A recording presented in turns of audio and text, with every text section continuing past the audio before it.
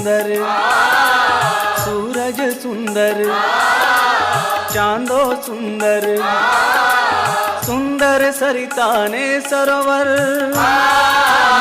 Asia ખંડમાં સામાન્ય રીતે દરેક જગ્યા પર જોવા મળે છે. આ ઉપરાંત જગતભરમાં જ્યાં જ્યાં મનુષ્યો ગયો, આ પક્ષીએ એનું અનુકરણ કર્યું અને અમે મોટા ભાગના સ્થાનો આફ્રિકા માટે વિશ્વ ચકલી દિવસ ઉજવવામાં આવે છે. હાલના ચકલીની જાતિ લુપ્ત થવાના આરે છે. આ પહેલની શરૂઆત nature of avail society of India કરી હતી, જેની સ્થાપના ભારતીય સંરક્ષણ યાદી મોહમ્મદ દિલાવરે કરી હતી. વર્ષ 2010માં વિશ્વમાં જુદા જુદા ભાગોમાં અને કેવી સરસ મજાની ફર કરતી ઉડતી હોય. તમે લોકો તો ભાગ્યશાળી છો કે ગામડામાં રહ્યો છો એટલે ચકલીને રૂબરૂ જોઈ શકો છો કે આને ચકી કહેવાય, આને ચકલો કહેવાય કે ચકો કહેવાય.